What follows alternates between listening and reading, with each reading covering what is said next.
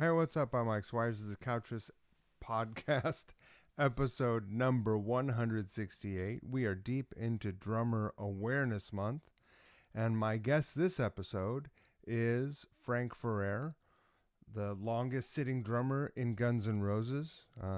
He's been holding down that throne since 2006. He has a ton of experience before that. Love Spit Love, Psychedelic Furs. He's performed live with a ton of folks as well. Frank Black, Tool. Uh, he's got a band Pisser, but don't spell it like that because because you can't sell it at Walmart or whatever. You can't sell it at just about anywhere. Um, but uh, they have some new music out coming, and check that out. I've seen basically the bulk of the band play a few times in some small clubs in Brooklyn, and they're dynamite. It's such a good band. Um, what a good, just a good dude Frank is. Um, I met him, I don't know, 2012 maybe, probably 11 or 12, and just liked him immediately. Just a warm, friendly guy, and no pretense or posturing or standoffishness, which is, that's like everything you just hope that everyone is going to be when you meet them, right? Especially in the rock and roll world. He's he's a he's a what do you call it? He's a treasure. He's a treasure. We had a great time talking. I love anytime I get to talk to Frank or hang with him, I love it.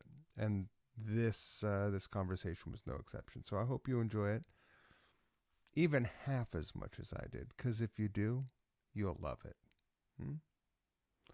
Um, if you are enjoying the podcast or the videos that we do, and Frank's gonna come, he's gonna be playing in a second video. He played in the what the shit is that Paul Young song? The I was obsessed with it. Every time you go away, crushed the groove. Crushed the groove. It was great. It was great to get the chance to play with him in that context. And we're doing another one. So I'm very excited about that. But if you're enjoying the podcast, you're enjoying the videos we make, please support us at Patreon. Patreon.com/couchriffs. How do you come up with that? I don't know. Brainiac. Um, Patreon is the only place where you can download the audio for these cover songs that Couchriffs creates. There are some other benefits there. You get early access to stuff. You get, there's cool stuff going on over there. And it's the it's it's the best and most immediate way for you to express your support of Couchriffs, and I appreciate it very much. So thank you, thank you, thank you. We're gonna get into this episode really quickly. Oh, you know what? I want to say really quickly. I co-designed this guitar back when I was about to celebrate 100 episodes of the podcast, and it's finally, you know, we planned on making 4 guitars plus this prototype. It's finally in stores. You can find this Marvin Guitars CN90 guitar at the Guitar Shop, New York City, as well as River City Guitars. Okay? And it's going to be showing up at 2 more places, unless they sell through and sell out. But there's 4 of them being made in this configuration with the single dog ear P90 from Wolftone pickups. It's a beautiful guitar. I've really loved to play it. So go check it out. We're going to get into the episode. Thanks for hanging in there with me. Don't forget the golden rule. Treat people the way you want to be treated. And don't be an asshole. Who's the biggest dog? I don't have any here. They're at my studio. You go no headphones? Yeah, I have to go no headphones. I mean, I'm sorry about that, man. Oh no, it's It's fine, man. so Look, if this annoying, is the man. worst thing that happens to me all day, I'm in great shape. I mean, I can hear you fine. Great. I can hear you too. You want to say hi to Mr. Big, the big lover? Is that Mr. Big? That's Mr. Big. Yeah, Biggie. He's That's awesome. big lover. He's the biggest dog in town. Right. Biggie. Who's the He's biggest real dog? cute. That's him. He's He's big. real cute. He's super cute. How old is he? He's a rescue. We don't really know. It's a mystery. You know, maybe, you know, 6. I don't know. Who knows? How old am I? Time is fake. That's awesome. How you doing, man? I'm good. I'm good. I'm in LA. I've been here a couple of months now. Good. I mean, I got I got vaxxed up on Friday, and I felt a little sluggish Saturday and Sunday. I felt better yesterday, but this morning I felt really weird. I don't know how to describe it. I didn't feel myself. Like I usually take a walk in the morning, Yeah. and I just couldn't get myself to take a walk. So I don't know this thing. Was I that don't your know if second shot? that's just kind of vibe going to like one day you feel good, one day you feel. But today I'm feeling a little worse than I did yesterday. I was feeling better yesterday. Saturday and Sunday was a little worse, but right now I'm not feeling that great. I don't feel myself. I'm like I don't Yeah. feel sick, but I don't feel like you know. No, I It's feel hard to when, describe. if I walk down my stairs or up my stairs too fast, I feel like I got to hold on to the rail right now. Like lightheaded. Yeah. Yeah, yeah. It's Yeah. a little bit I of got that going I on got too. really cold this morning and I filled up a bathtub with straight hot water and climbed in. Right, right. Just sat there for 20 minutes. Yeah, that sounds great. I don't have a big enough bathtub from that. Sounds great though. In the desert I do, but not here at the apartment. You had yourself like a little bit of an odyssey looking for a place in town, right? Here in LA, and no, it Yeah. wasn't that. I found a lot of places. I just was trying to stay in one price point, Yeah. but I did find a like a little one bedroom here in Franklin Village, which is true. This is like, I'm hoping that we're playing in July. This is just a little temporary vibe. That's what I'm hoping. Right. How are you? Other than the vax? Yeah, I'm fine, man. I'm fine. I'm just like hoping that this stuff, you know, passes. Yeah, Hoping that, the efforts of people um bear fruit.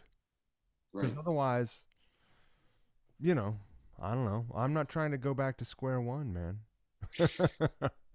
I mean, um, you I know, tell if you, hopefully people will want to get this thing. I don't know why you would not want to get this thing, the vax. Why wouldn't you want to get vaxxed? because, bro, I mean, fucking, they're gonna put a radio in your brain. Yeah, that's ridiculous. I mean, Oh if my you God. own a cell phone, they got your ass anyway. So No, who doesn't have a cell phone? Yeah. yeah, if you have a cell phone, they got you already. Anyway, Yeah.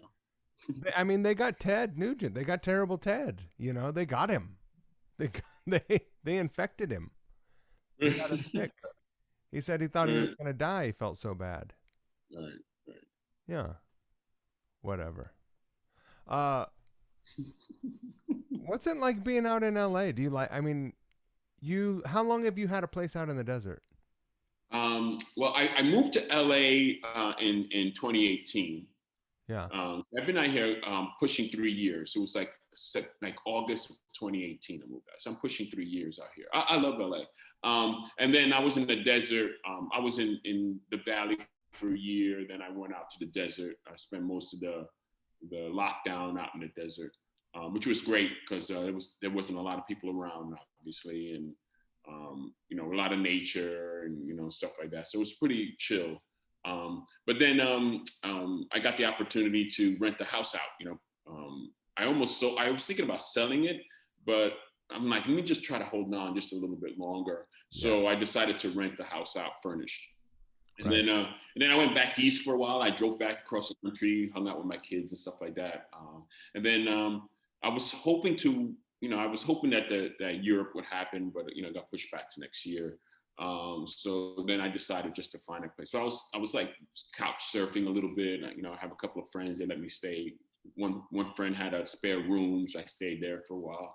I was trying to see if I could like get away with like not having to pay rent somewhere before That we would went. be sweet. You know, but no, I just decided to get a place. So. You're like a decidedly East Coast dude. You're from New York, right? Oh yeah, born and raised in New York City. Yeah. I'm reading the Johnny Thunders book right now, and it's just like he lives on 14th Street. Um, I think him and Jerry have an apartment on 14th Street and stuff like that. That's the neighborhood I grew up in, the meatpacking district, West Side of New York City. Right. It's It's great. it's not what it, now it ain't what it was. I'll tell you one thing though. When I went back in December, it was more how it was when I grew up. It was the city was empty. Right. It was all mom and pop stores. All the big chainy thingies were gone. All the mom and pop stores still survive because everybody, they're loyal to the mom and pop stores. So then I was stayed in the Lower East Side. So the margarita place was still there, and Dominican The food to-go place was stuff, still right? there. So it was cool. So actually, this is the last time I went, and right around Christmas time, New Year's, it was more like the 70s, 80s New York City that I grew up in. A lot less violent though, but the trains were empty. It Right. was actually pretty great. But yeah, right before in 2018 when I left, yeah, I mean I didn't recognize New York City. No music scene. It was you know That's the, you know, you remember I moved to New York summer of 2015, and I saw you there a few times. I came yeah, out, saw you play, yeah, Beast of Bourbon. right? Um, which was great, super fun to see you Yeah. play in that small space with all those guys. Yeah, those guys. Yeah, that was a great. Yeah, I love doing that. That saved my ass. That those couple of years while we were down before this version of Guns N' Roses took off. We were quiet. We were quiet and going and playing with my friends, playing music with my friends, playing just for made me fall in love with the instrument again. I felt back in love with music and during that time. Right. When were you a school music program kid? No, no. How does a kid in the city get into playing drums? Because it's not like you can just set up a kit in your apartment, right?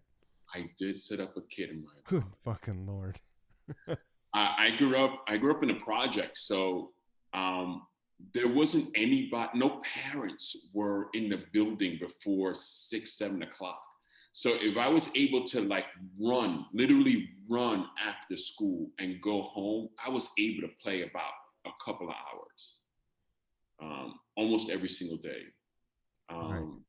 Um, when you join a band, you rehearse. And what I would usually do, I knew all the studios. I was friendly with all the studios, rehearsal studios in the city. So if I was in a band and we booked a rehearsal at 7 o'clock, and there wasn't a band in before us, the studio guys would let me come in and play for a half hour by That's myself before the band would show up. So And I will so always show how up old are early. you at this point? This is between the ages of like when I started playing with other musicians, I was like 17. Right. When you Um, pick up a pair of sticks. I was 14 when I picked up a pair of sticks. Now, my father was a Latin percussionist, so there was Oh, always congas and bongos and timbalas in the house. There was always something to play on, in the house. A lot of hand percussion stuff. did you go Um, see him play a lot? my father quit by the time that I was old enough to realize what he did, but I did get to see him play a couple times. A couple times we go see a Latin band and they see my dad in the audience and we'll bring him up and he played one or two songs. So Right. I did get to see him play a couple of times. Whenever I never saw a gig, saying saw him play a couple of songs. He would always play in the house. There was if there was like music on the radio and stuff like that. My father would be with a couple of pencils and and then just like playing timbale rips on whatever plates and cups, and there was always that stuff going in my house always. And so Um, that had an influence on you wanting to pick up the drums instead of like the guitar or the bass? Well, it did. I had always had a great sense of rhythm. So before I realized that I had a great sense of rhythm, I knew that I mean, I love to dance and stuff like that. So I always had that was inside. And then when my father would do finger boogie, we used to call it, whenever he used to do some whatever finger boogie, I would fall into it. I would understand it. I could hear it. You know. Right. No, I didn't know nothing about music.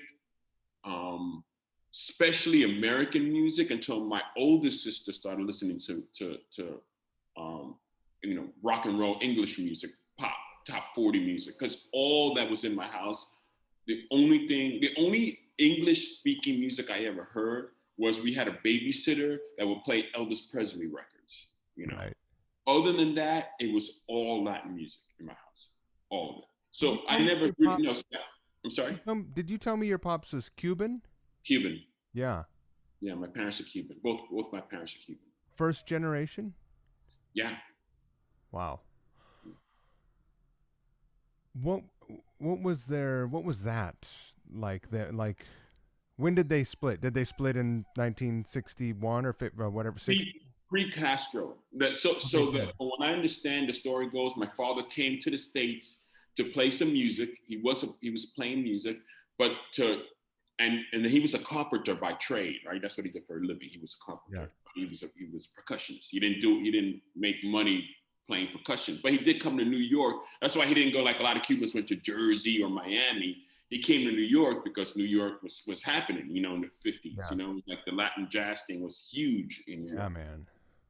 He ended up doing a couple of records, my dad. He actually played on a couple of records. Anyway, but the goal was to come to America, earn cash, and build a house in Cuba. He left my mom back in Cuba. So this is like 57, right? Like 56, right. 57, I think. And then Castro happens in 59. And then my dad pulls my mom out in 60. But the whole time it's like, oh yeah, nah, we'll go back. You know, I mean, because you know, my parents lived through like 2 or 3 dictators, you know, growing up in Cuba. You know, they lived through right. two or three, you know, presidents, but they were dictators. Right. So they were like, just, you know, be another couple of years before the next guy shows up. But the next guy never showed up. You know? But the goal was to go back to Cuba. It wasn't to stay in America. Did they talk about that vibe? I've been to Cuba. I think I told you that. I spent. Yeah, no, that's great. Right? With the bicycles, right? You told me you would do the bike. Incredible, man. I highly recommend it. It's incredible. Yeah. Yeah. No, it's great. After we had the discussion, I looked into going down on vacation, spring break with Coltrane and Olivia, my kids. But I did a little bit of investigating, and it's not kid friendly, you know, it's not really right. Kid friendly. Like Olivia might have been okay. I'm sorry? No roller coasters and shit. Yeah. Olivia might have been okay with it, but Coltrane was too little. He at this point, I mean, he's 15 now, so at this point he would have been 11. Right. You know? Yeah. I don't think he would have a great time. Yeah. So we didn't do it. But after that discussion, after you and I spoke about it, I was like, oh, maybe it might be kind of fun to go down to Cuba, go to Havana. Oh, man. But they talk about Cuba all the time. I mean, everybody was there. I mean, only my parents were here. I didn't grow up with grandparents, aunts, uncles. I had a couple of distant cousins here, but I didn't grow up, you know, I never had an uncle. I never had a tío. My father had a ton of brothers, but they were all in Cuba. My mom had 3 sisters, they were all in Cuba. So it was just the 5 of us. You know, when Hilda was born in 72, it was just the 5 of us. Older sister, me, and a younger sister, and my parents. Wow. So yeah, we talked about Cuba. That's all they did was talk about Cuba. That's a crazy dynamic for your entire family to be so far away, but isn't it crazy? I mean, you know, it's funny because when I told my mom that I was moving to LA, she was like, oh my God, you know, total right. Mom guilt thing. But I was like, wait a minute, you guys moved from another country. Yeah, I'm going to LA. And then she was kind of like, oh, okay. After she was like, oh, come and visit without a passport. Right. And then I was able to fly my mom. She had never been to LA. She came out for Christmas, this past Christmas. I flew my mom. Oh, actually, I shouldn't say this past Christmas. A year ago, because this was pandemic Christmas. Non-pandemic Christmas, I flew the whole family out, and we spent the whole summer, all of Christmas in the desert, so it's great. I met your mom very briefly at MetLife. Oh, really? Yeah, Really? yeah. Cool. Yeah, it was great. Yeah. Oh, that's cool. So Oh. in the building that you guys lived in, was there were there a bunch of other sort of insular families living there without so was that sort of like a Well, foster? no. We were one of the first Latino families in the building. When Oh, I grew up, when we moved to the projects were mostly Irish right. when we moved there. 1976, a lot of Irish. We were one of the few Latino families that were in the projects, and there was one Black family in the building, and it was the Wayans, like Damon Wayans and Marlon No Wayans. shit. They were on the sixth floor. Yeah, yeah. They were the only Black family in the building, and we might have been one of two Latino families in the building, and the rest were all Irish. What was that vibe like? Was it rough? No, it was New York City. No, it wasn't Right. rough. It wasn't rough. I mean, the Irish kids were poor. They weren't like, so it wasn't like we were all in the same boat. So it wasn't a thing of like it wasn't there wasn't a racial thing there. It was a class thing there. Right. At this point. It wasn't really a racial. I mean, Chelsea at that time in the '70s, it's a poor Latino neighborhood, mostly a poor Latino neighborhood. Chelsea.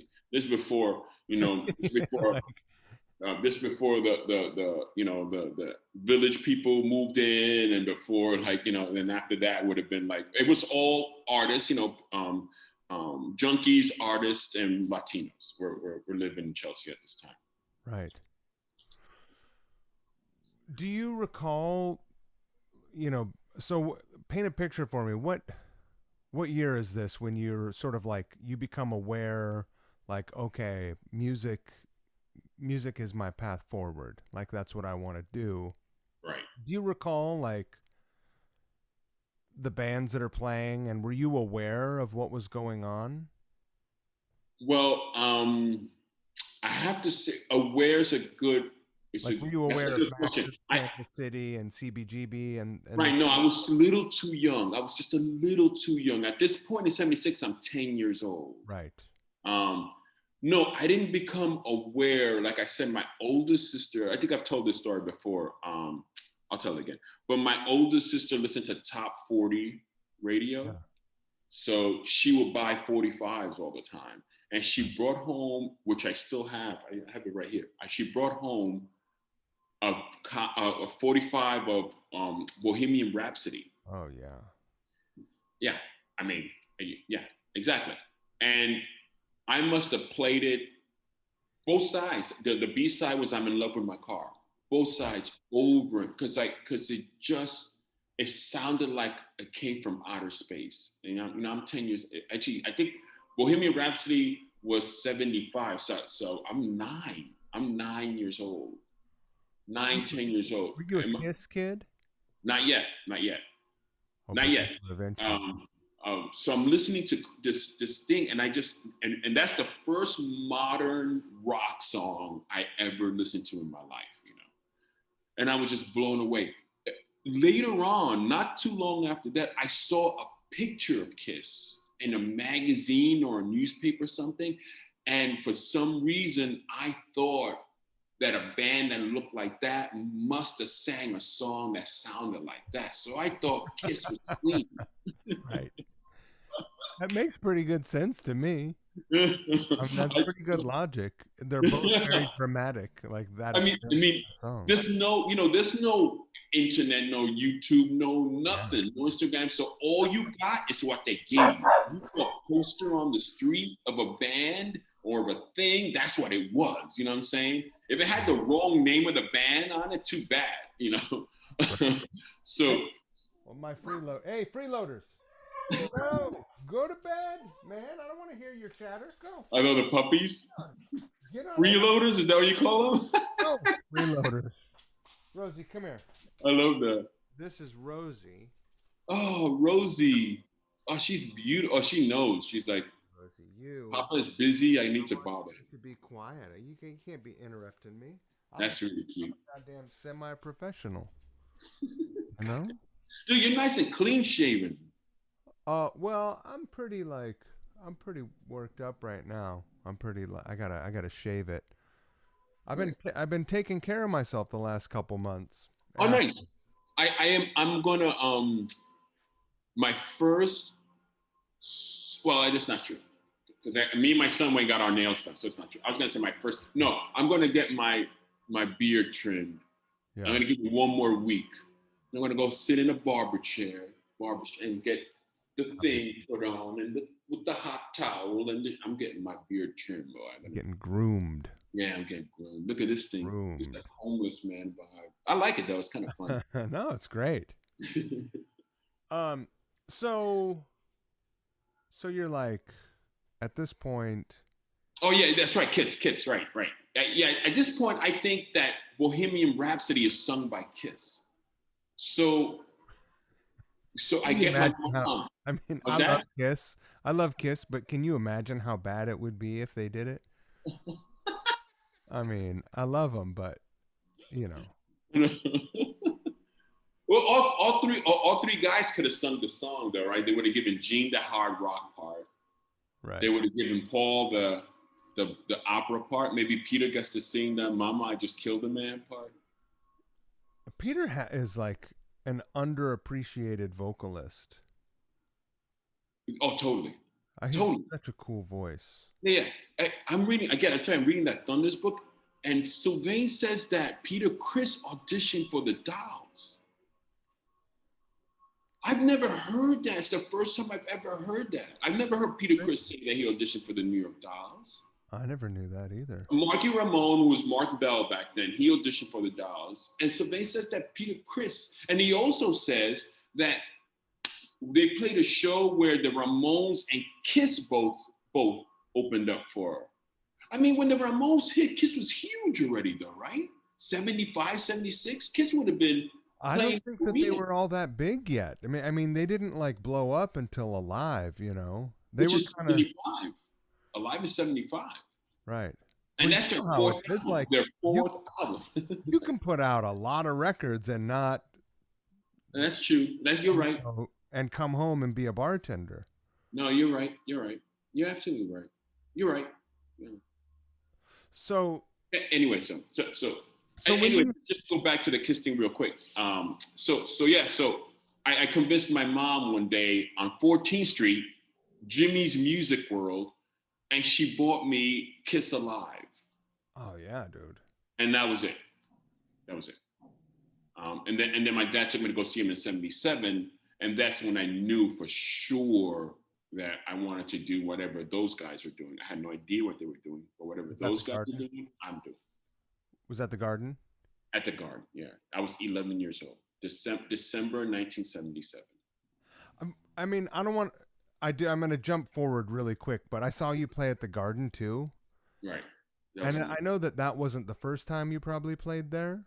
no. We played one time. GNR played there in 2006 one time with Bumblefoot and Ash for the Chinese Democracy lineup. Right. How incredible is that feeling, like I full mean, circle, like yeah. to be. No, I can't. I mean, yeah, I can't put it into words. I mean, it's like, I guess it'd be like, graduating, you finally get your degree, your college degree. I mean, it's like, to me, it was that, I'm saying like, oh, okay. Um, like, oh, I graduated, I'm saying like that, it was that. It was that. Yeah. It's the only, I mean, I don't know. I've never graduated from college, but I would imagine it's that feeling of accomplishment that you've longed for all your life. I mean, now we played it in 2006, and that was super special too. My father had passed away a long time ago, so he missed my mom seeing them both times. But doing it obviously with Slash and Duff, and doing it like that way, doing 3 nights sold out. That was really, Yeah. yeah, that was. Yeah, I mean, yeah, it was special. It was definitely special. It seems like the pinnacle for any person who grew up in New York playing music. Like that's the spot. Like that's where you want to end up, right? Right. I mean, playing Pete's candy store Especially is cool and everything, but especially if you're a kid from the '70s, because Right. you know, '70s, '80s, because like the biggest band in the world will go. I mean, yeah, every once in a while you get somebody, somebody will play Shea Stadium, Right. Yankee Stadium, which is amazing. But yeah, you play a couple sold out nights at the Garden. Yeah, the credits should roll after Yeah. that. No, it's great. And you can take, well, I guess no, you were in Jersey. You can't take the train home, but that's Oh great. no, no, I stayed at my mom's. I Oh, stayed at my shit. mom's. Oh yeah, no, because I promised myself for all three gigs, actually including the one in 2006, for all four Madison Square Garden gigs, I would go to my mom's house, hang out there in the afternoon after sound check, and then walk, because that's how I used to go see shows. I would walk from the apartment all the way to Madison Square Garden, because Madison Square Garden is in Chelsea also. It's Right. like 20 blocks away, but it's still in Chelsea. So I would walk. So I did all 3 nights. I would walk to the Garden. And after the gig, walk out. Oh, I would stay. Oh, yeah, we hung out. And we would, yeah, everybody would leave. I wouldn't leave. I didn't want to leave. I would have slept there if they would have let me. Oh, yeah, I'd walk out on the street, walk home. Maybe I think one time, a couple of times they would leave cars there for me, because we were staying at a hotel in Midtown somewhere. A couple of times they left cars for me, but yeah, now I'd get out, walk around. New York is one of the only cities in the world where a performer uh, playing a venue like that could walk out and blend right into the street, right? Sure, sure. And most people don't know. Most people don't know who I am. Obviously, they know who the principals are. Most people don't know. So I always, most gigs, unless security is hardcore crazy, most gigs I would just anywhere I would just walk to the gig. If we were close enough, as long as I have my laminate, I just walk over to the gig. No one would really bother me. How, like, what's the most awkward situation? Has there been any awkward situations where you're coming into a venue and you didn't have your laminate, you left it on the bus or whatever Yeah, somewhere, yeah. and That's just and you were like, "No, man, I'm the drummer," and they were like, "Fuck you, you ain't Goldilocks." Does that yeah. happen? There was one. There was one that was almost exactly the way you just described it. Almost exactly. I had to stand outside and wait for one of the techs to walk by. Really? I forgot my laminate. It was in Jersey. We played at the Continental Arena, the Brendan Bird Arena. The Continental Arena. I know what it's called now. It's where the Nets used to play, where Right. where the Devils used to play. Yeah, and I walked out to the parking lot, forgot my laminate. I knock on the security door, which is like a box. This guy's in a box outside in the parking lot. Right. And I'm like, hey, I play drums in the band, and I say I play drums in a band, and the guy turns around, gives me his back, and tells the other guys in the little box, hey, get a load of this guy. He plays drums in Guns N' Roses, and everybody's hysterical, laughing, bent over. And I'm Really? sitting there, and I'm like, these motherfuckers. And everybody's like, bah, he plays drums in Guns N' Roses, bah. Did So you I bring just him stood some there. signed? Did you bring What him was that? some signed drumsticks after the gig? That's what I would have done. I'd have been like, "Here you go, boys. No, Something for you to no. sell on eBay." They were doing the job. I didn't have my laminate. I'm not trying to be an asshole. They didn't. I don't have my laminate, so I didn't go like, motherfuckers. I just stayed quiet. I stood right there, right by the door while they were laughing, and waited for a tech to come out. And I was like, yo, could you just tell these idiots that I play in the band? They're like, yo, he's the drummer, man. And they were like, oh, and then they let me in. But it was almost exactly the way you described it, other than Pretty fucking funny. them laughing, Right. bent over on the floor, hysterical. That's I incredible. deserve it though, man. I'm listen, man. I ain't hating on, dude. Those guys have the toughest job. You know how many people must come up to them and go like, Oh, I yeah. play drums in Guns N' Roses. So probably like 30 times a night. So I The get it. incredible thing, like, again, I didn't mean to jump forward, but that was a fucking great story, right? Uh, you sit in the on the throne in probably the killerest drum gig in rock music. Like, I can't think of a gig that a drummer would want more. Uh, Definitely not me. That's for sure. Definitely. yeah, I just it's and you've sat there for a long time. I've been there. I've been I've been sitting there since 2006. Yeah, longest sitting drummer in the band. right. Yeah. Yeah. It's yeah. I yeah. Do I feel like the luckiest guy on the planet? Yeah, absolutely, 100%. 100%. I mean, And I act accordingly. You know what I'm saying? I sure. treat it as such. I can't imagine in 1987 or 88, like when Guns N' Roses came on your radar, it was even something in the like that would cross your mind. I'll You tell were you a already playing in story. bands, right? I tell you, yeah, I was playing in bands already. Yeah, I'll tell you a story. They were popular in New York City already, Yeah. GNR, before anywhere else. So everybody was there was a buzz with the EP. Everybody loved the EP. And when the record came out, when I got it, first day it came out, and all that kind of stuff. Um, and then I actually, yeah. So I got it, and I remember listening to. I remember one specific moment listening to the record. The record is on, and I'm holding the the cover of the record, and I'm looking at the back cover, and it's them all sitting there, and they look. I thought they were a New York City band. They look like the Dolls, Right. and I thought I honestly thought they were so popular in New York. I thought they were a New York City band. I had no idea they were from LA. None, right? Right. Um, and I remember thinking this thought. I'm like, God, the way these guys look and they sound, man, I would love to play in a band like this. I don't know if I'll ever get to play in a band like this, because to me it was like, they looked like the Dolls and meets the Ramones, and they sounded like, you know, like punk meets metal. I mean, they were perfect. I mean, it was perfect. Like the style of music I'm playing in this band is exactly the style of music I want to play. I want to play in an aggressive rock punkish band. That's my go.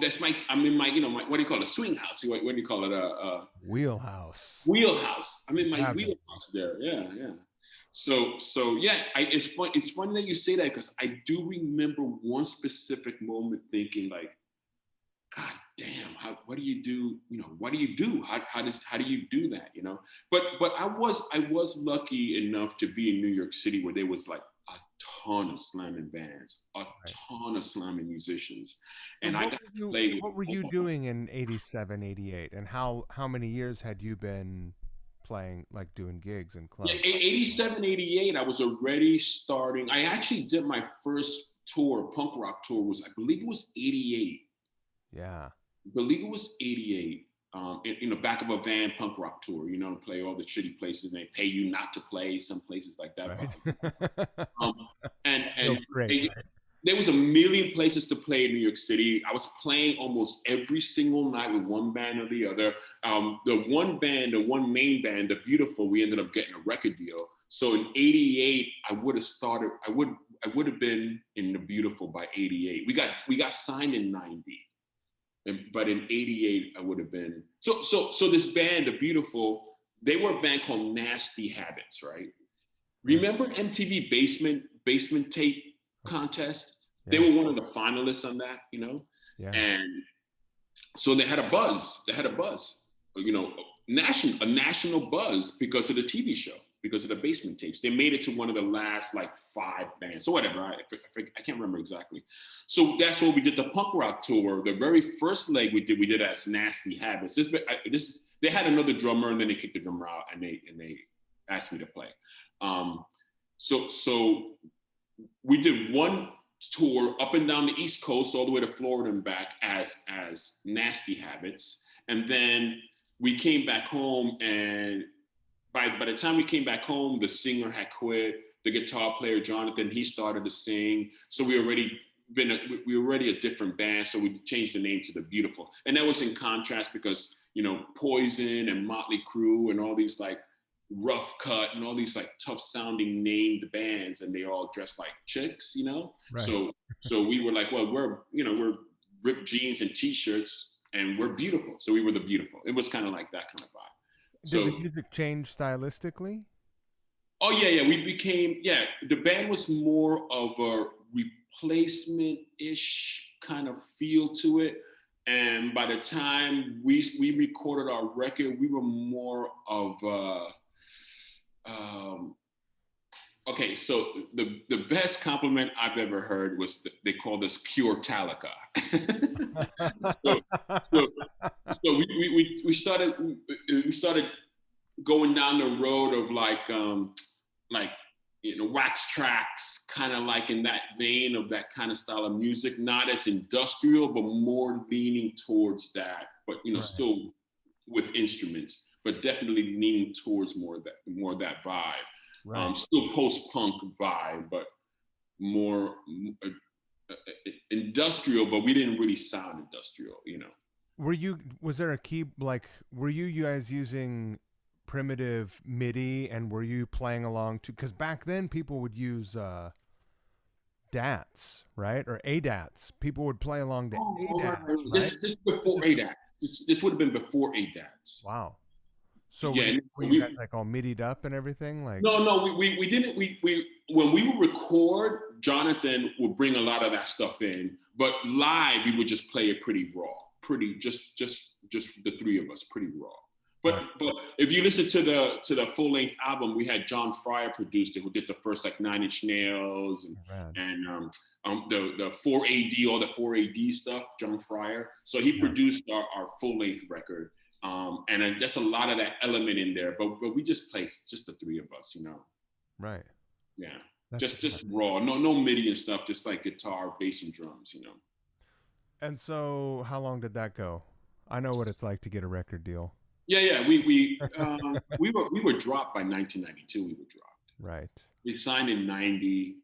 We did an EP and an album, and then we got dropped. That's the life of the band, That feeling when you get signed is incredible, right? You're like, the world is my oyster, and then all of a sudden you wait, you get dropped, and it feels like you ate a bad oyster. Right, and then you get signed, and it's like, wait, stop. It's like, wait a minute, we play every day, we tour every day. Well, no, you can't tour right now because we need it. And then we got to wait for the single and we got radio over here, and it was like, and it kind of like, yeah, I went back to work.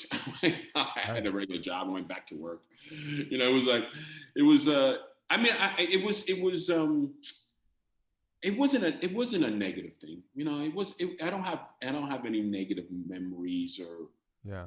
We got dropped, and I remember thinking I remember my first thought after we got dropped was like, oh shit, I still know how to play the drums. It's like then you get dropped, and you're like, okay, you're done. You don't play drum. I mean, and then about a year and a half later, I joined Love Spit Love. So it was dry for a little bit. We tried to keep the beautiful going, and it didn't really happen. And how did the Love Spit Love gig come to you? So. We learned we got dropped while we were on tour, right? Our manager called us and like, yeah, they're not gonna do another record. We're like, okay. So we and I think we were either out here, we were somewhere far from New York. So we had to go back to New York. We had to play a few gigs along the way just to make it back to New York, Sure. And one of the gigs we played was opening up for Pale Divine in St. Louis, Richard Fortus's band. Right. One of the last shows I played with The Beautiful was opening up for Richard's band. And we played and stuff. And I didn't notice Richard there. Richard said he stood by and watched me play the whole night. And then after the show, I stood and watched Pale Divine play. And I watched Richard play. And I thought, oh, that kid is slamming. Dude, so he got off the stage and I was like, dude, you're slamming, bro. And he's like, wow, thanks. I thought you were slamming too. I watched you play. And I'm like, yeah, man. It was like, great. Well, okay. Yeah, see ya. And that was it. Right. Get in the van. We drive back to New York, it was before, like, let me get your phone number. It was like, you hope that one day you bump into the dude again. Right. Fast forward like 5-6 months later, and I'm closing the shop I'm working at. I was selling shoes. I was closing the shop, and Richard Fortus walks right by the shop. And I'm closing the shop, and the shop you had to walk down some stairs to get it. And I look up, and Richard's standing right there, and he's looking at me, and I'm looking at him, and I'm like, "Hey, are you?" I was like, "Are you the guitar player from St. Louis?" And he was like, "Yeah, are you?" And I'm like, "Frank." He's like, "Yeah." And I'm like, "What are you doing here in New York?" And he's like, "Dude, it was just like that." And he goes, directly across the street. I mean, if you stood in front of the store I worked at and you look directly across the street, Richard Butler of the Psychedelic Furs lived in that building. He was like, "I'm staying with Richard Butler of the Furs. We're writing songs. We're putting a new band together." I'm like, wow. "Get the fuck out of here." He was like, "Yeah." He's like, "We're gonna need a drummer eventually. Give me your phone number. I'll call. I'll make sure you come and audition." And that's how it happened, dude. And then about a year later, they were ready to audition drummers because they was writing songs and stuff like that. About a year later, Richard Butler and Richard Fortas, come into the store. I'm selling boots. I remember it was a busy Saturday. I couldn't stop and talk to him. Trying to, I'm working. Right. And Richard's like, "Richard, this is Frank. This is the drummer I was telling you about." He's like, "Oh, great. You're going to come and audition for the band?" I was like, "Yeah, I'm going to come audition for the band." And I auditioned twice and I got the gig. And it was great because then Richard Butler and I, Fortas and I become really, really close, obviously. And then Richard Butler and I become friends, and Tim, his brother. I mean, it would turn out to be a great experience. Richard and I did that for about 5-6 years. You played in the Furs when they were put back together? In the Reunited Furs, yeah. Yeah. And Richard also did? Richard, yeah. Wow. It's incredible. Richard was playing cello in the Furs. Played cello. What? He was playing cello. Richard Fortas. Yeah. You can play fucking cello? Yeah, he was playing cello back then. He had one of those modern cellos that looks just like a stick, it's just a straight, He didn't have the body, Yeah, there's videos of him playing the cello with the Furs. That guy is incredible. Yeah. Wow. Oh yeah, of course. He's a slam. Yeah, he's one of the best. Yeah. So that's how I ended up in Lost in Love. But yeah, isn't that crazy how life, what life means, and that's what I talk about when I tell, especially musicians. It's like, I know there's a lot of shitty gigs and stuff like that, but I wouldn't pass up too many shitty gigs. Some of those shitty gigs, You meet cool people.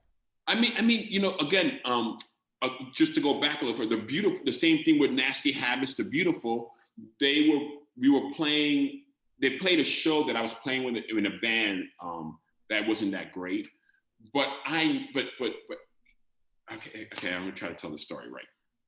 So the lead singer of the band had a cable access TV show, right? Yeah. Back in the 80s. So everybody wanted to be on that show. It's one of the few rock and roll shows on TV, Yeah. So every band in New York City, he will have a Monday night show in this club, One Nirvana is called, that triangle building that's in Times Square. It used to be a Times Square. It used to be the New York Times building. It isn't anymore. Right. It's the ticker tape. You see anyway. So in that building, Monday nights, he had his own night, and every band played it. I mean, every single band, because everybody wanted to get on the TV show, because the TV show was really popular, And one of the nights, that band, Nasty Habits, played. And I remember watching this band, and I remember, especially just watching Jonathan, the singer, Jonathan Lacey, I remember thinking, like, I would love to play with that motherfucker. That's a tough little dude, man. And sure enough, they watched me play, and it was kind of the same thing. They were like, "Yo, we're gonna get rid of our drummer. We think you're great. You want to join?" I was like, "Yeah, it's the same thing." Wow. There's that funny thing that, you have an experience. Well, we all experience a pendulum. That you've had times in between gigs, like the period at the shoe store. Yeah. That's a slice of humble pie, right? You feel. And let me just say something. It was definitely the best non-music gig I've ever had, was working at that shoe store. I managed the store. My boss was great to me. Loved that I played music. Would give me every day off that I would need, cool. because back then you had to do a sound check. Like you couldn't play it. It wasn't like you were a pro. So Right. so you would need the whole day. When you had a gig, you would need the whole day because sound check was loading was at 1, sound check at 3, and then you don't play till 4:30 a.m. You know what I'm saying? It was like, so, but he was super supportive of what I did. I got signed. He was like, you always have a gig. As soon as we got dropped, the first phone call I made was to him. He was like, you're on the schedule for Monday. I'm like, it's going to take me a few days to get back home. He was like, when you want to work? I was like, can I start next week? He's like, you're on the schedule Monday. I mean, it was so.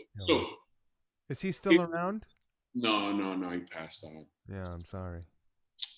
I mean, I've heard he passed on. I haven't seen him in years. Wow. I mean, over 20 years. But again, to me, it's part of the same thing. I don't look at it as like low times. I've had emotional low times, but like regular life living, I've always been able to pay my rent. I've always been able to take care of myself. I've never been down and out. I've never had to borrow like a gang of money for this or for that. I mean, my independence is the most important thing to me. I've never looked at it as like, it was non-musical times. I wasn't earning money playing music, but to me, it's all part of the same thing.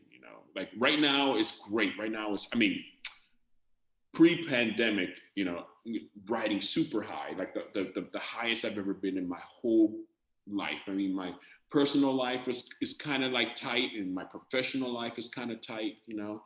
I'm talking about up to March of 2020, just like the rest of the world. But to me, it's all part of the same thing. It's just a different color, but it's still color. Yeah.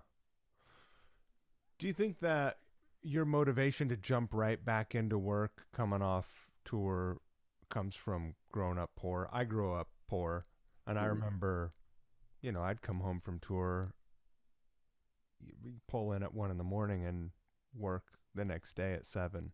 Sure. I never really thought about it like that, Mike, to be honest with you. I never really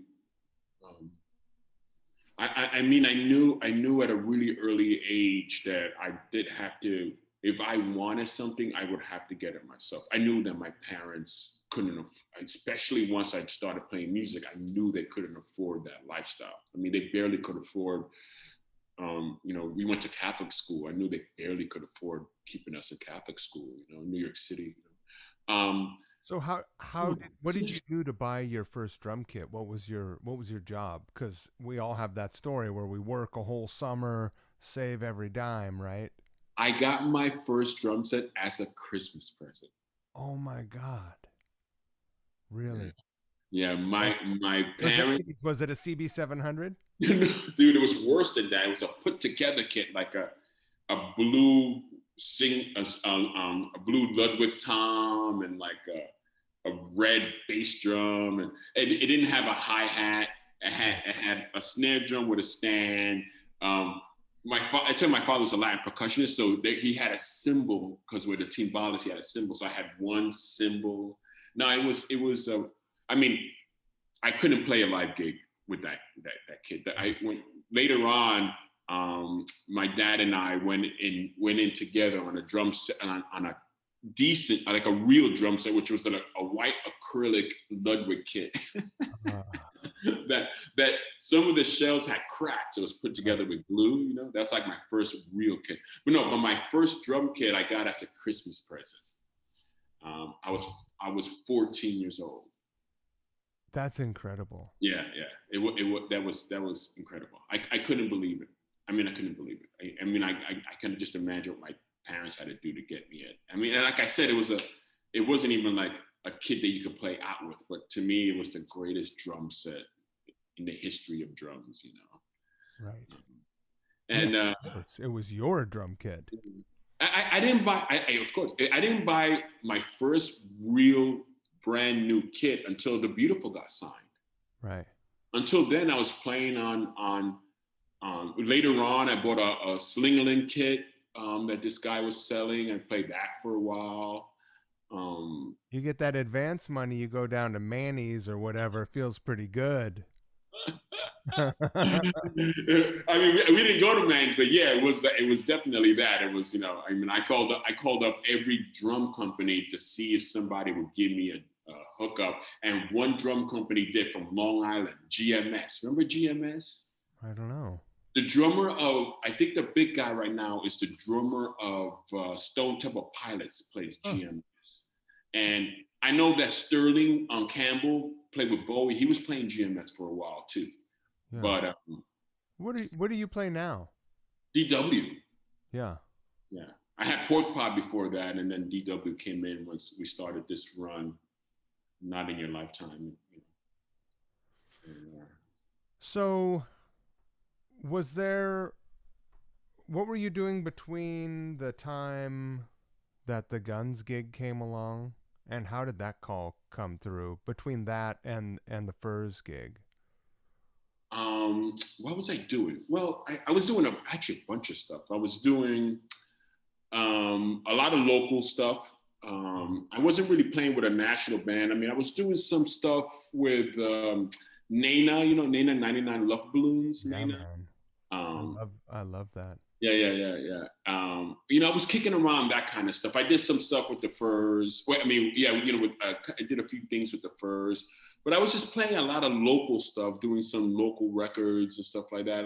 Like not anything on a national level, before I got the call to do Guns, and it was through Richard and Tommy Stinson, Right. because when Tommy came through a couple times when he did a solo record, and he would pick up musicians along the way. Oh yeah. And one of the times he called, Richard was in town, I think. So it was, we had this great bass player, Winston Roy. I played drums, and Richard played guitar with Tommy. We did a couple of gigs, one here and one Philly, I believe. Was that Bash and Pop? It was after Bash and Pop. It was his solo thing. Yeah. Yeah, it was after Oh, Bash. good, man. Yeah. Yeah, so that's how I met. So I met Tommy that way, and then through Richard. So when Brain, when they were talking about getting a drummer in, Tommy and Richard suggested me, and I went in, and they liked it. But yeah, before that, I was just playing a lot of local gigs, a lot of like $200 gigs here, $200 gigs there, that kind of vibe. There have been periods in my life where I wasn't touring, and I was like teaching lessons and playing gigs, like casino gigs and cover band gigs and corporate events. Right. And I made plenty of money to get by. Yeah. And like, it's crazy. Like I had a pretty stubborn idea about what it meant to be a musician when I was a kid. 'Cause, when you're a kid, you don't really know shit. I knew a lot of out of work musicians growing up, tons. Right. And some of the best musicians were the guys like at Manny's and stuff like that. I always had one goal. If I could earn a living doing it, I almost didn't care at what level that it was. As long as I was happy and earning a living doing it. I mean, in my wildest dreams, that I think it would be like something like this. To be honest with you, I kind of let that dream go a little while ago. Before Guns, I was like, okay, maybe I'm not going to be in Kiss or Led Zeppelin. Right. Maybe I won't be in Cheap Trick. It'd be hard to put the grease paint on your beard. Dude, you don't want to see me in that cat suit too, boy. El gato. All time. I actually I was in a band that got signed before the Guns thing, but it was way before the Guns thing. It was with Richard, actually. It was a band called Honky Toast. We did one record with Sony, but that was long done by the time that Guns N' Roses came around. That was done. What year was that? We got signed in 98 and the record came out in 99 and we were dropped in 2000, 2001. We were already dropped. Right. Yeah. I was like, I came out to LA, actually did a session in LA, which was great with this singer-songwriter, Draco Rosa. I did that. I was just doing a bunch of, couple records, live gigging, a lot of one-offs, with yeah. bands and stuff like that. From excuse me. When you're doing these one-off gigs and walking into situations a lot of times where you haven't played with someone before, right? Maybe you have a song list. Maybe they send back then. It wasn't like, all right, let me send you a link to the Spotify, learn these songs, right? It wasn't like that. It was like, let me burn you a CD. Exactly. Go pick up 3 or 4 CDs. I'll mail it to you. It'll get there next week when I get to town. We'll bash out the songs at sound check and let it go. What did that do for the confidence in your playing? Because throwing yourself into situations like that is decidedly different than spending hours in like a rehearsal room with your band, right, of course, turning into a machine and then taking it out on the road, right? No, absolutely. I mean, that's a great question, Mike. I never really like sat down and like thought of these things from that angle. I mean, from where I'm standing, it's like you just had to do it. You just had to learn it because the gig is Thursday and you have to learn these 9 songs by Thursday. Hopefully, you'll get a long sound check, or you might be able to go and go to like maybe the bass player's house and sit on a couch and rehearsing like this. Him right. Playing and you playing on your lap. It might be something like that, but. But like for a good example is Nena, because they be fly to Germany, fly all night, get to Germany on a day. You get a long sound check. The sound check was basically a rehearsal, and then you play the gig. I mean, obviously it did wonders for my confidence for sure. Like I've got this. Yeah. This is great. I'm gonna get this. I'm gonna learn it. Listen to it on the plane, whatever. I'll learn it. It did great stuff for my confidence for sure. But it was a case of like, oh, first off, you don't want to look like an asshole in front of, whatever, 1,000 people or 20,000 people. You don't want to look like an asshole. Or the 4 people or 5 people on stage with you. Exactly. You want to get called back. Gig, for sure. Right? Yeah. For sure, yeah. You want to get called back, if they need you again. No, you just gotta learn it. I don't know. You just gotta do it. You just have to figure it out. So when I lived in Jersey, we lived in a house. So I had a little drum room in the basement, so I could go and just play. Even drum pads could play at night. It's your own house. When I was living in an apartment, I had to like learn it, write it down. I don't really write. I don't really read, so I had to write like the way I write it out. I remember I did this one gig one time just like that, where it was like a one-off, and I had all my cheat notes on the floor, and I played the gig, and the girl was a singer-songwriter, but she turned around and she was like, "That was amazing. You're playing it better than our drummer," and just great. And it was great. It was a great gig. She was super happy. Everybody was happy.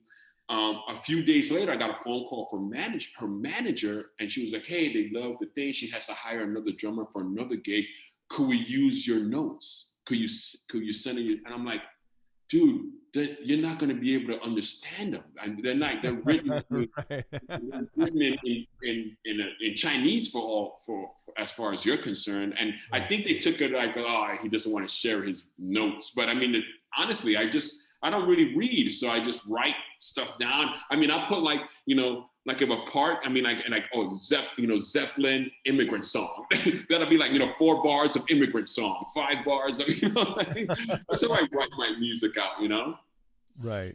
So yeah, you just have to do it. You have to figure it out. You just have to figure it out. I don't know how, if somebody was asking me advice, I would definitely say, write stuff down. Cheat notes like a motherfucker. Do it. You know what I'm saying? There's no shame in it at all. Right. I know there's some artists that don't want like the drummer staring at the music, but you want it right. That's too bad. When you were getting ready for the Guns gig, like, right. Was there a proper like fly out to LA, do an audition? They were rehearsing in New York City. It was in Chelsea, right by my mom's house. I don't know if you remember, SIR used to be on 25th Street and 10th Avenue. And upstairs, right? Yeah. Exactly. Yeah. So no, it was just go there and they told me to learn as much as the first record as I could possibly learn, and I realized that I knew a bunch of it, you know. Right. Hearing it, I sat down because I hadn't listened to. I mean, I hadn't listened to it in years. Sit down and listen to it. And I'm like, oh shit, I know. Oh, I know this song. And I'm like, oh yeah, I remember. I know this song. So I went in prepared for like 7 or 8 tunes, and we just played like 4 tunes, I think it was. And we played "You Could Be Mine" also, which again, like I knew, it was crazy weird beginning. That fucking song is weird at the top. Yeah, it's great. And I think Soren played it on a double pedal. I think he played. Can't count that shit. What's that? I can't count the intro. Oh, as far as does it come in on 1? I come in on 1, 1, 2, 3, 4. Yeah, I come in on 1. Yeah. Oh, maybe. I mean, that's the way I count it on 1. Yeah, 1, 2, 3, 4. No one will be surprised by me being thick. But I kind of knew it, like, because I love that song. It was probably it was definitely my favorite song to play. You Could Be Mine. Oh yeah, for sure. Yeah, that song definitely had vibes of the first record. Oh yeah. Yeah, it had first record vibes. Oh, I think it might have been. I think Adler might have played on it originally. I don't know the history, but I think that song was around when Adler was in the band. Yeah. Oh, I love song. It's like shifting gears in a car. I love playing that. I love that song. So what year is this? This would have been 2006. This would have been like May of 2006. Right. Maybe even earlier. Maybe April of 2006. Was it one rehearsal before they were like, okay, or? Yeah. I went in. I went in. I played like 4 or 5 tunes. Can't remember exactly. And they were like, great. And then they played me. Then Brain got back up. Brain was there. Brain got back up, and they played a bunch of Chinese democracy songs. Right. So. Oh, that's weird. Was that awkward? No. I mean, he was on his way out. Yeah, no. I mean, I'm glad he was there. I mean, he had a vouch. I mean, he had a vouch. I mean, if he would have been like, that dude sounds terrible. I mean, it's his seat. It's his seat. No. It wasn't. I was glad that he was there. Yeah. I was glad that he was there. Yeah, cool. No, he's been even to today. I mean, I just spoke to Brain 2 nights ago. Even today, he's super supportive and he's got my back. He made me feel really, really comfortable on the gig. Nice. For sure. Have you met him before that moment? A couple times. Oh yeah, cool. Yeah, a couple times. Again, I think I met him in a session with Stinson. I think I met him one time in a session with Stinson. Met him a couple times. Yeah. What was the first gig you played with the Guns? I get asked this all the time. I can remember the gig. I can't remember where. You have to ask John. Really? Yeah, I know. It's somewhere. It was. Dude, I hate being put on the spot. Oh, that's all right. Yeah, I remember the gig. I just don't remember exactly where it was. Was it a gig? It was a festival show.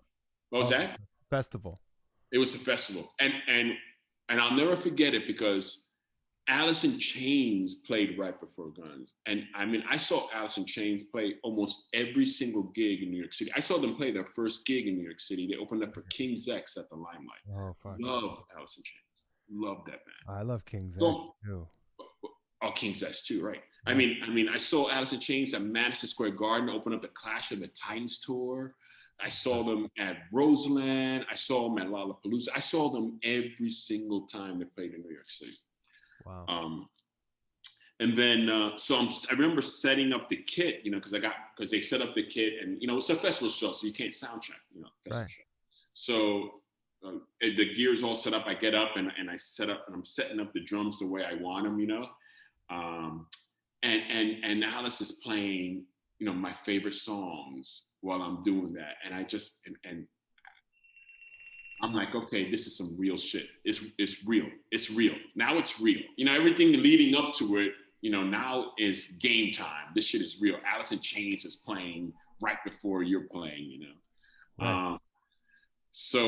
Yeah, I remember the gig. I can almost remember every single song. I mean, I can't believe how fast it went. We played 2.5 hours, and it felt like the gig went by in a minute. What kind of preparation and rehearsal goes into a 2.5 hour set? And part two, were there any songs that you didn't rehearse before that night that you guys No, just I played? knew every tune. Yeah. I mean, they were playing Chinese democracy songs already then in 2006. Yeah. I knew every tune. Oh no, I was super super well prepared. I mean, they brought me out like 2 weeks before the tour started. And um, so I got to see a bunch of shows and watch Brain and see the flow of the show. And the main thing of it had to be seamless. The change had to be seamless. Right. And I And there's definitely tech, accomplished it. right? I'm not saying I didn't play a seamless gig, but I definitely vibe wise it was seamless. I remember Axel remember him saying that he couldn't tell the difference that Brain wasn't up there at that show. Then that's So high praise. yeah, That's no, the that crazy that part. was the main goal. I mean, I definitely didn't have my best show, but I definitely got that accomplished. Yeah. I'm more prepared than any time in my whole entire life. And I'm in this situation with this band. I've never been more prepared as a musician. Never Right. been. This is I'm definitely work habit wise. I definitely at the top of my game in this particular situation. I've always had good work habits, but you know, um, in this band, I've been able to take it to another level where I'm extremely well prepared. Stakes is high. This is the biggest rock band in the world, right? Yeah. I feel that. I'm not as a sense of pressure, but as a sense of due diligence. I feel that. Hey Rosie, you hear that? This guy's the drummer in Guns N' Roses. Get a load of this guy. He actually said, "Get a load of this guy." Like I was like, "What am I watching? What am I in a Bugs Bunny cartoon or something? What the hell? Get a load of this guy." Why, I gotta. I oughta. Did you ever play Rock in Rio? Yeah, we played a couple of Rock and Rios. Yeah. Fuck, what was that like? Because that's a sea of people. Was that the biggest audience you've played to? I mean, I can't think of a bigger one. No way. No Right, way. We played one a couple of years ago. Yeah, no, it's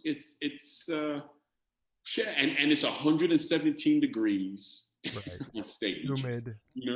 Humid. Uh, the crowd is it's there. Their sweat is pouring on you. It's just like it's tidal waves of Right. like emotion and it's just like constant. Yeah. I no one's ever asked me to describe these things, Michael. It's Well, pretty amazing. I never really think about it. because there's I've had a lot of stage experiences, and Right, and some, and because of the level that I have operated at through my life and my music career, right, uh the most connected I've felt is in clubs sure, and the occasional theater, sure, because I never played a big stage in front of people where everyone in the crowd knew every song. right, But when you're at what is that the Donington thing? What is that called? Download. When you're at Donington, right, Download, and Def Leppard is up there, motherfuckers know every right, bleep, blop, yeah, ting, boom, everything. You right. know, Yeah, And God forbid so, you sing a wrong lyric or something. yeah, yeah, for real. Yeah, heaven forbid you make a mistake in Germany.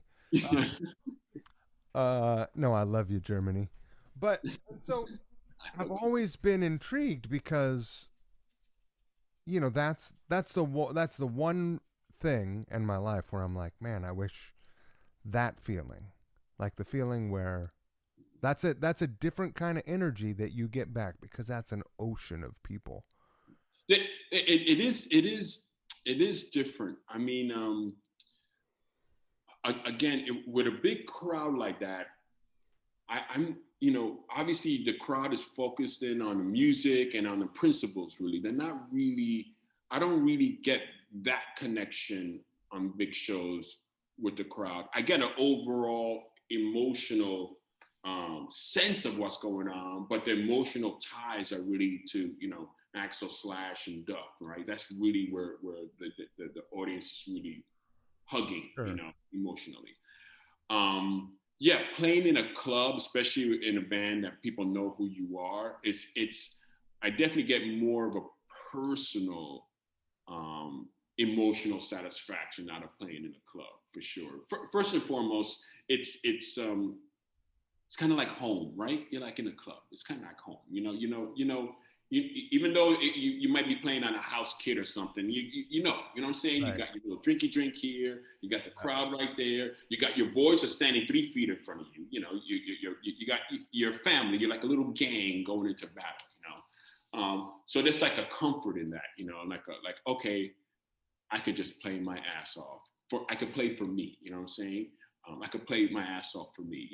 And um, there's such huge responsibility with Guns N' Roses. Huge responsibility. It's more obviously it's more for them. It's more for the crowd. I got to make sure that my bandmates are nice and solid. That's like the number one goal, is to make sure that we're nice and tight as a unit, and then that the delivery is perfect for what the audience wants.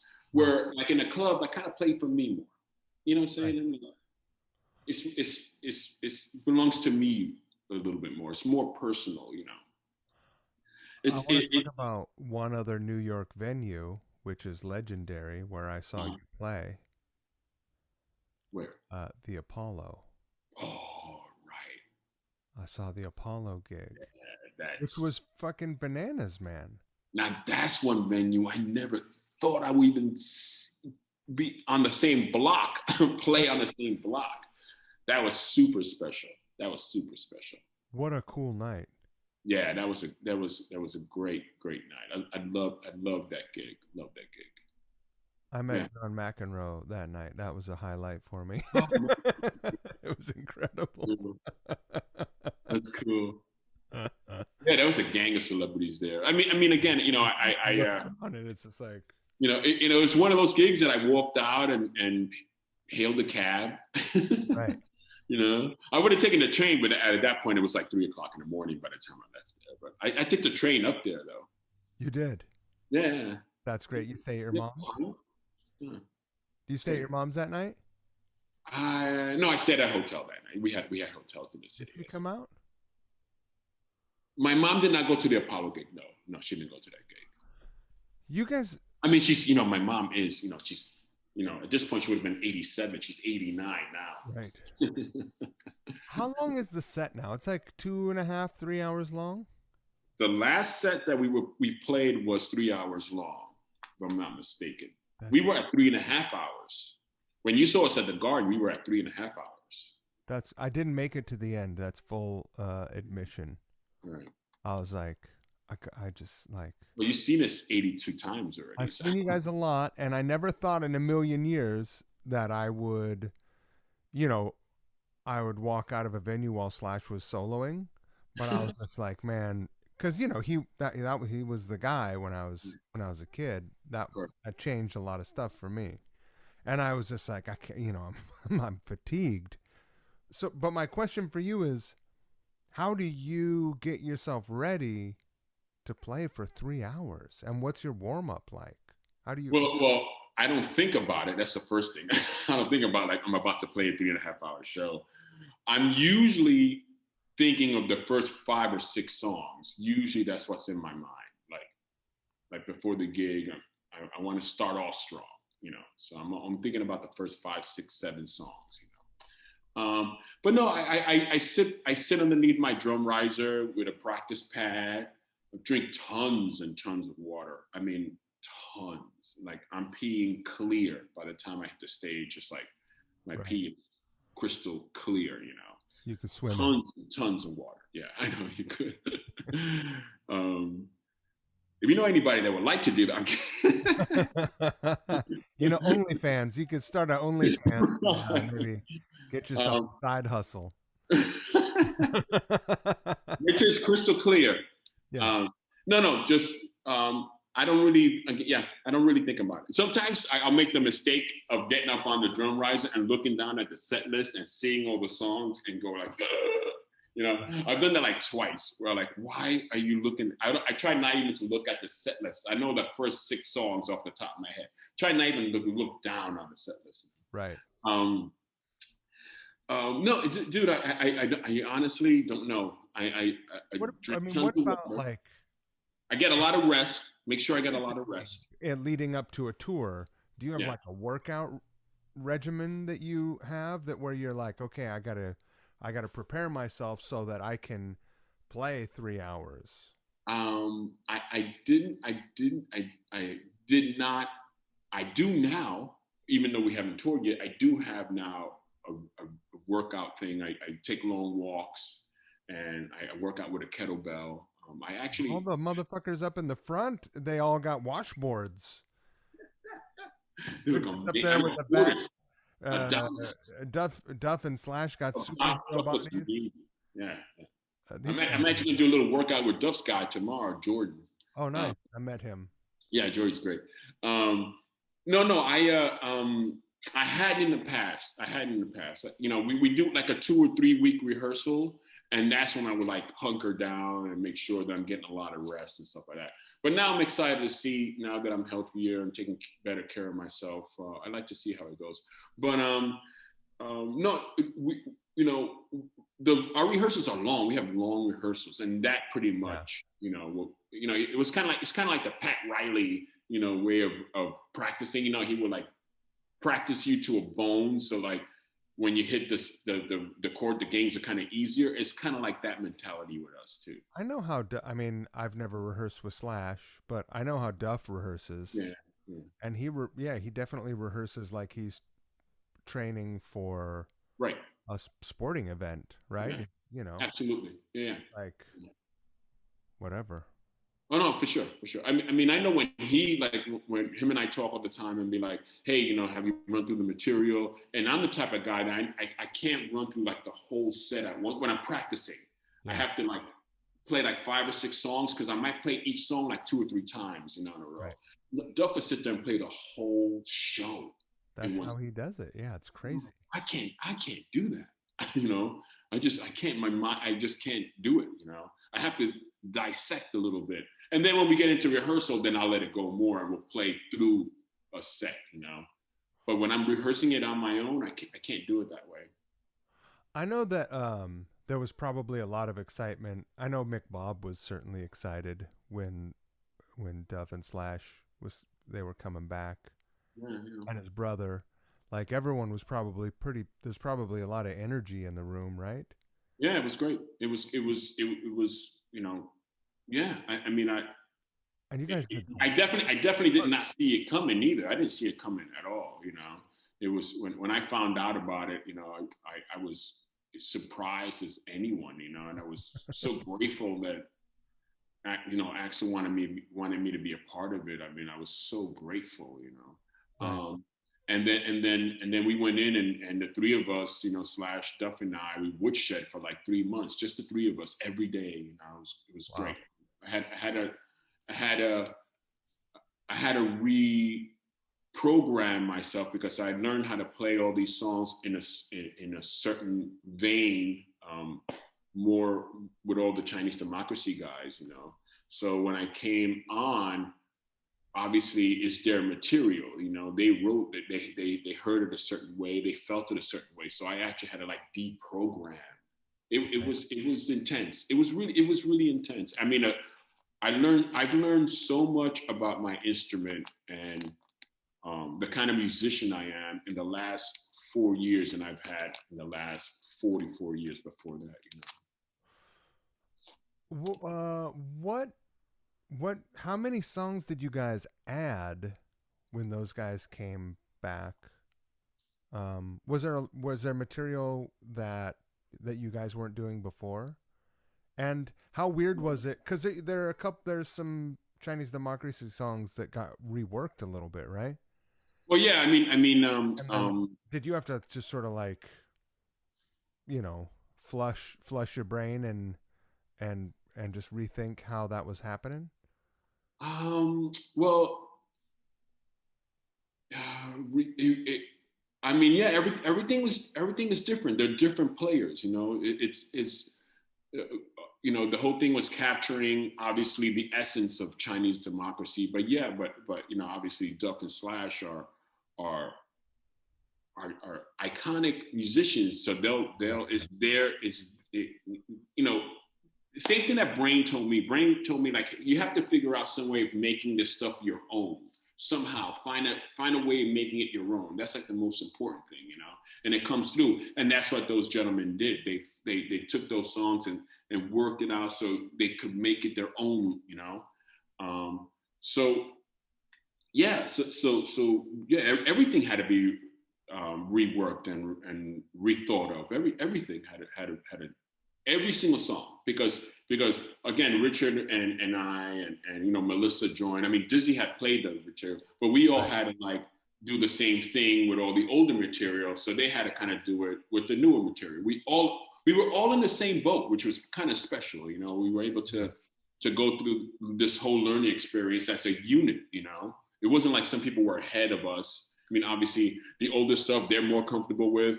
The newer stuff we were more comfortable with, and we all kind of met in the middle. I'll say something that's maybe kind of crazy, but we met in Seattle when Loaded played Yeah, I remember. a couple nights. We played there and in Vancouver with you guys. And you know, the band then was staffed with you know, incredible players. Like Right. the nobody on stage is a slouch. And the fucking astounding thing to me is that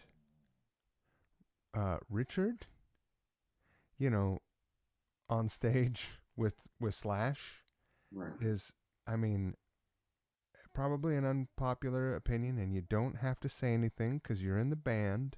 But I think Richard is fucking right there.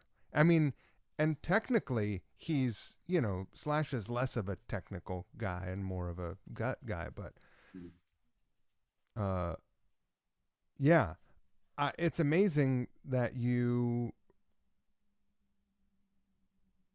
what it's to me. I'm so envious that of the of you what you are hearing every night. It's just like Right. it's astounding. Um, it's they work really hard at making sure of getting it right. Both of them, you know, Slash and Richard, they work really well together.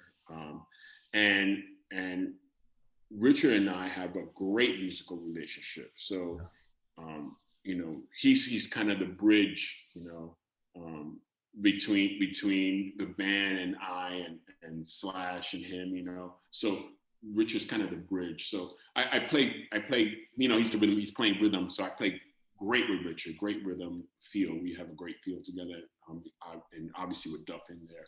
But those two have done, they've done it sounds amazing. They're playing great. I mean, it sounds amazing. I'm happy that I'm a part of it. That's all I can say. You know? I'm unaware of what the gigs are this summer that you guys still have on the books. What are those? Well, we're supposed to play some shows. I mean, I don't know how many. Okay, so it's technically still on the books, the U.S. dates. As of right now, I believe you know I'm in my heart, I feel like we're going to play them, but they're all around the U.S., football stadium type places, supposed to be in MetLife in New The Jersey. Enormo Dome. Yeah, yeah. I mean, I don't really want to talk too much about it, but I mean, I'm just really hoping that we get to do them. I can't wait to get back to work. We're all getting vaxxed up. I got vaxxed up. I know you're vaxxed up. Oh boy, I just pulled a tick off my dog. Oh shit, dude. I just killed that bastard. You fucking asshole. Fuck you, man. Go fuck yourself. Huh? That's a problem being upstate, buddy. You don't want to get that Lyme. Is it warming up there? Is it nice? Is it good? Yeah, man, it's nice up here. It's nice. Autumn and spring upstate is just gorgeous, dude. Yeah, there's nothing better, but the summer here is bullshit. Too hot? Yeah, I'm not into the humidity, man. Oh, it's humid there, right? Yeah, I don't like that. I'm from the Northwest. Right. I'm sorry. It's pretty humid. The Northwest is pretty humid, no? Nah. Like where exactly? But Seattle, like it never gets over, like it gets over 100 degrees for 4 days. Oh, no, you're right. So it's the heat and the humidity, right? Okay. Yeah. But it can be 80 degrees and 85% humidity here, and it's just like you're swimming when you walk outside. I did notice before I moved out, especially in Jersey, I noticed that it rained a lot. It was like it's almost like the Northeast is getting like more like how Miami is or something, Heavy or how too. Florida is. It's heavy. Yeah. So I interrupted you because I had to kill that fucking evil bastard. No, it's cool. I mean, I can't, as of right now, all the U.S. states are on the books as of right now. So I'm expecting to go on them. Nothing's changed as of, April 20th. Right. Awesome. Well, you guys will be out this way? Yeah. Like I said, we're supposed to play MetLife. I believe that's in the books, the MetLife show. Pretty nice place. Yeah, it's all right. A little tiny football stadium. I mean, we're supposed to be like New Zealand and Australia too. Later in the year. I mean, I'm looking forward to that. I've fallen in love with a beautiful Australian lady via Zoom. I've never met her in person. So you'll get to visit. I get to visit. I'll probably come back hitched up. I'll probably come back hitched. You know how this shit is. You know how it is. I mean, it's like she seems really wonderful, and I kind of appreciate that we've dated this way because you see a girl and she's hot and like she's perfect, and then you get to know them, you're like you're not that hot. But it's been the opposite with this woman where she's a great looking girl, but we've gotten to know each other over Zoom, and she seems really special. Yeah. That's amazing, man. I'm stoked for you to get out there and visit. Yeah. I think we'll wrap it up. I gotta walk. That was not a pun on your visit. No, cool. I mean, one thing we didn't talk about, and I should mention, and I do want to wrap it up. I play in a band called PSSR, PSSER, and we're on Golden Robots, an Australian label. Huh. That's what I've been, not technically physically doing, but that's what's been keeping me busy music-wise this last year. We've been putting out singles.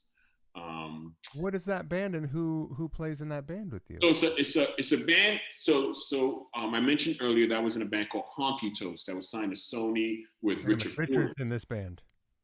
Richard actually played on a couple of singles with PSSR. Richard's actually played a couple of singles, played solos on them.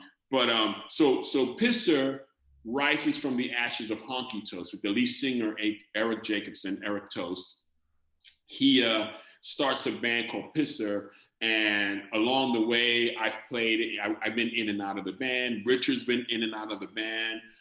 This lineup that we have now is Eric, the singer, Rob Bailey on guitar. Rob Bailey was the mule kick guitar player. It's actually basically mule.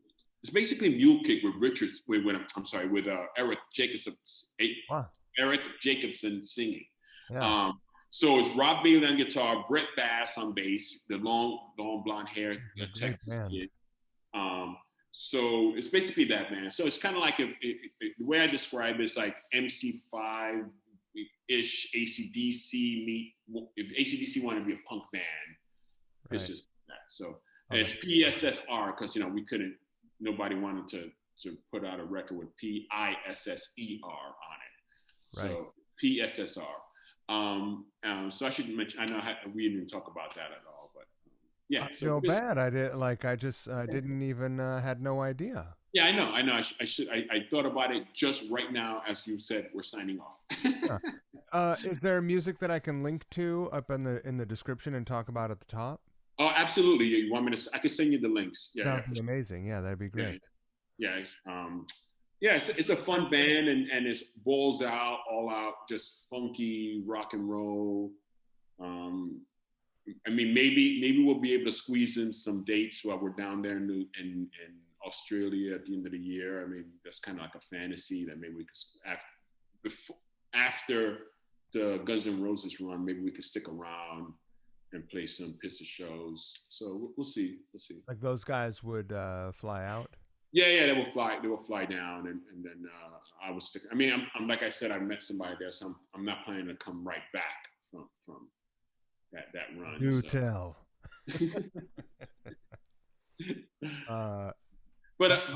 Yeah, I'll send you the links. Please. Perhaps you don't know this. It's Drummer Awareness Month at Couch Riffs. Sweet. Yeah. How's that make you feel? Oh, like people are aware of me. Yeah, Drummer Awareness Month. And so because my life was just like threadbare, my time, sure. I cut down to one episode a week because I was putting out 2 episodes a week plus doing the videos for a long time. And I started doing 1 episode a week and I'm like, that's only 4 drummers. This is ridiculous. Like, what kind of awareness is that? So I'll put out 2 this week and 2 next week. And who else have you talked to? Who you spoken to? Ilan Rubin. Oh, I love Ilan. Yeah. Oh, what a monster, right? Jeff Redding from Loaded. Right. You've met him. Yeah. Go Time, who was our tech. Do you remember the guy with a hairy jacket that was our tech when we played with you guys? With a hairy jacket, like mohair? Yeah, very energetic guy. Great drummer. He's got a band called Hippie Death Cult that's killer, like stonery rock. Right. And then I talked to Greg Gilmore from Mother Love Bone. Oh, wow. Yeah. Is he playing? Is he still playing? A bit, yeah. We're gonna do a crazy, like he's appearing in an insane Couchris video that I'm putting together, and we're gonna do another one like a. I'm gonna do the drums. I'll have them done in the next week or so. Killer. My son came out like the week that it was like my birthday week, and I had to move and stuff. That same week that Gabe sent me the track. I know you sent it to him. He sent it to me. My son came out, so I couldn't do anything. I was on lockdown, but he's gone now, so I'll get it done. You guys went camping? Well, not really camping, but we went up to Sequoia. We stayed at a hotel. We went up to Sequoia. We went up to San Francisco for a couple of days. Nice. Out to the desert for a couple of days. We went and saw Nobody at a drive-in. Have you seen Nobody? Was that good? Oh, it was fun. And I never been to a drive-in in the car, the stereo blasting. You've never been to a drive-in? Oh, first time. Crazy. Yeah, first time. That's crazy. We had a ball. We had a blast. He had never been to one, obviously, being from Jersey. Right. But yeah, it was great. We had a great time. It was basically a 3-week play date. That's so killer. Yeah. That's good. Well, listen, man. All right, muchacho. I'm about to pee my pants too. Yeah, do you think? Um,